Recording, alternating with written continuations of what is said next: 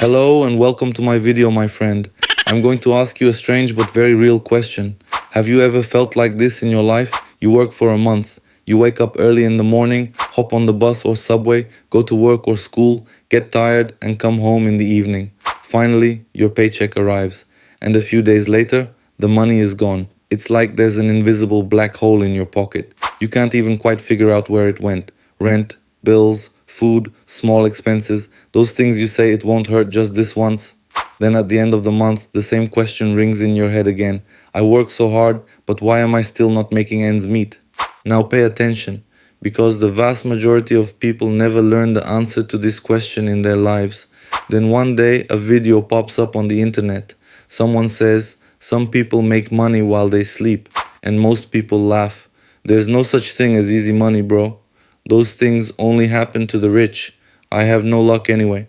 Sound familiar? But the strange thing is, it's actually happening. Some people are making money even when they're not working. They're making money while on vacation. They're making money while sleeping. They're making money while watching movies. They're even making money while having coffee with friends.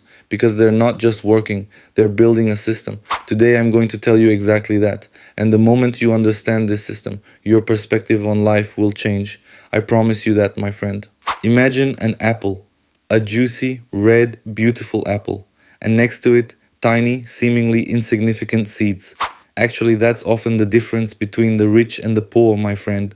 One person eats the apple, enjoys it, finishes it. The other saves the seed and plants it. It sounds very simple, I know. You might say, is that all? But the difference that changes people's lives often begins with such small, seemingly simple decisions. Now let's do a little thought experiment. Let's say you get some money, salary, allowance, a small income, whatever it is. What do most people do? They spend it immediately. A new phone, new shoes, something new. And they're right, actually, because when you buy something, you feel great for a short time. The human brain loves that. Buying something sometimes feels like a reward. Dopamine surges, you feel happy. But after a few days, that excitement passes. And without realizing it, you enter the same cycle. Work, earn, spend, reset, work again, earn again, spend again. And years pass. But some people think differently. They don't spend every penny instantly. Some don't eat the apple. They plant the seed. Now think about that tiny seed. From the outside, it looks like nothing. Small, light, insignificant. Most people wouldn't even look at it if it fell to the ground. But if you put it in the right place and know how to be patient, after a while a sprout emerges. Then a small branch, then leaves, then a huge tree. And years later, that tree starts giving you apples constantly. And this is very important. You don't work 24/7 at the tree.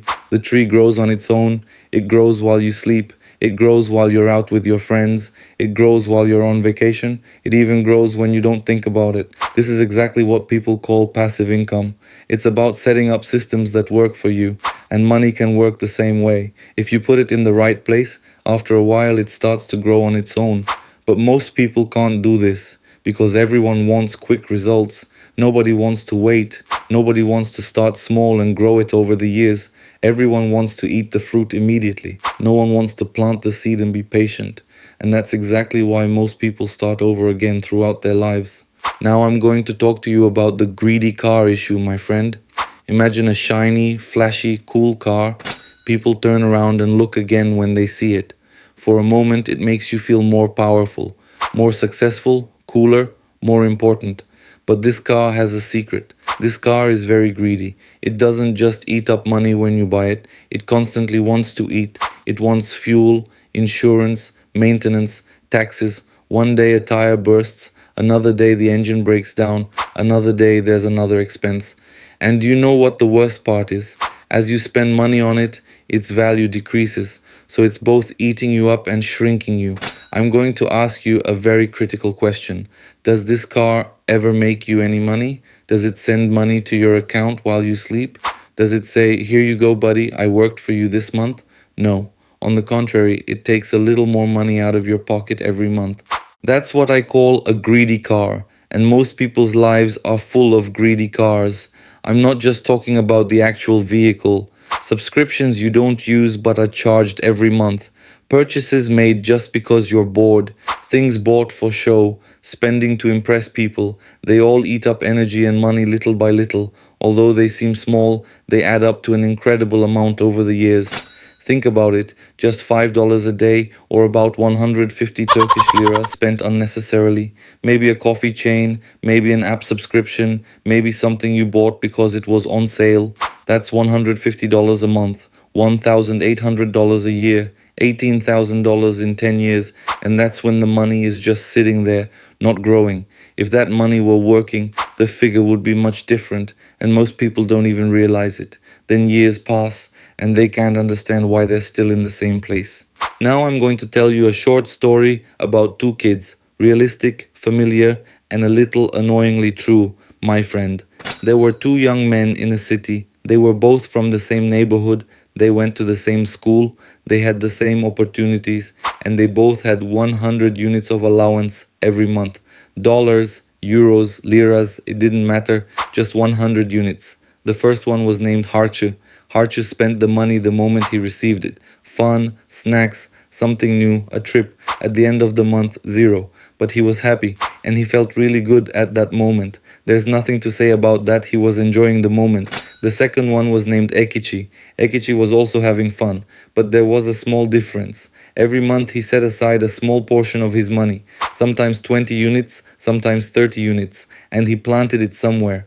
At first, there seemed to be no difference. In fact, Harçı seemed happier. He would say to Ekici, "You're missing out on life, brother. Money is for spending." And perhaps he was right at the time. But years have passed. And things have started to change, my friend. His finances were still in the same cycle. He was spending what he earned, then returning to zero. His salary increased and his expenses increased proportionally. His quality of life improved somewhat, but he never came close to financial freedom. But Ekici now had small apple trees growing, and those trees were constantly giving him new apples. Now he could plant other seeds with the fruit the trees gave him, and this process had become self-sustaining. Their beginnings were the same money, the same conditions, the same life, but one consumed, the other planted. And as time passed, the difference between them grew exponentially. What people call luck is sometimes actually the accumulation of small decisions made over the years, because wealth often doesn't come all at once. It builds up slowly, it builds up silently, it builds up when no one sees it, my friend. Now I'm going to tell you something that's never taught in schools, my friend. Every person in the world is surrounded by a system. This system constantly whispers to you, if you spend, you'll be happy. Buy a new phone, buy new clothes, buy a new car, take out a loan, buy now, pay later. Because as you spend, someone else makes money. The bank makes money when you take out a loan. The company makes money when you buy a new phone. The system makes money when you constantly consume. And most people remain just customers of this system their whole lives, my friend. When money comes to them, it immediately flows back into the system. But someone who learns to invest is no longer just a customer. They become a player. And the difference between these two things completely changes the course of life. Now think about this. Let's say you lent a friend $100. When you got it back, you got $120. What's that extra $20? Interest, the rent for the money. Your friend paid because they used the money at that moment. You, on the other hand, built a small system that worked while you slept. You were the apple tree. Your friend was a gluttonous car. But here's the thing. Roles can always be reversed. One day, you might own an apple tree. Decisions that seem small today can create completely different lives years later, my friend. Now let me tell you something practical, because the question, we've said nice things, but how are we going to do it, is a valid one, my friend. There are a few basic ways people around the world use to save and grow money. First, index funds and ETFs. Think of them as baskets that hold the shares of hundreds of companies. You don't have to worry about a single company failing because there are hundreds of companies in the basket. Historically, these baskets have grown over the long term. Second, rental income. Buying a property and renting it out. You get rental income and the property appreciates in value. The initial cost is high, but it's a very old and solid method. Third, starting your own business. This is the riskiest but potentially the most profitable way. But you need to build a systematic, scalable business, not just a business where you work alone, but a structure that also works for you. Fourth, Content and digital products. You write a book, you create a course, you start a YouTube channel. You create it once and it sells or gets views many times over. We can call this the apple tree of the modern age. Which of these is better, my friend? It depends on the person, the circumstances, and your patience. But do you know what they all have in common? They all require planting seeds. They all rely on patience. They all revolve around building something instead of buying a greedy car. Now, let me tell you the most critical issue, my friend. What do most people do when they hear these ideas? They say, that makes sense. They understand it in their heads. Because knowing isn't enough. You have to do it, my friend. And do you know what the biggest enemy is? It's not worth starting now. I don't have enough money. You can start with $100. It's not the amount that matters, it's the habit. Because over time, both the money and the habit grow. But there's inflation, systems are collapsing, the economy is bad. You're right, that's a real concern. What about those who keep their money under their mattress doing nothing? Inflation is already eating that money away. So staying inactive is also a choice and usually a bad one. You don't have to be perfect, you just have to start. I'll leave you with one last question. Think about the last large sum of money you spent. Did that money turn into something that will earn you new money in the future? Or was it just a fleeting thrill? Smart people ask themselves a different question. Should I eat this or should I plant it? Because smart people don't just eat fruit, my friend. They plant trees. If you liked my video, please comment, like, and subscribe to watch my future videos. See you, my friend.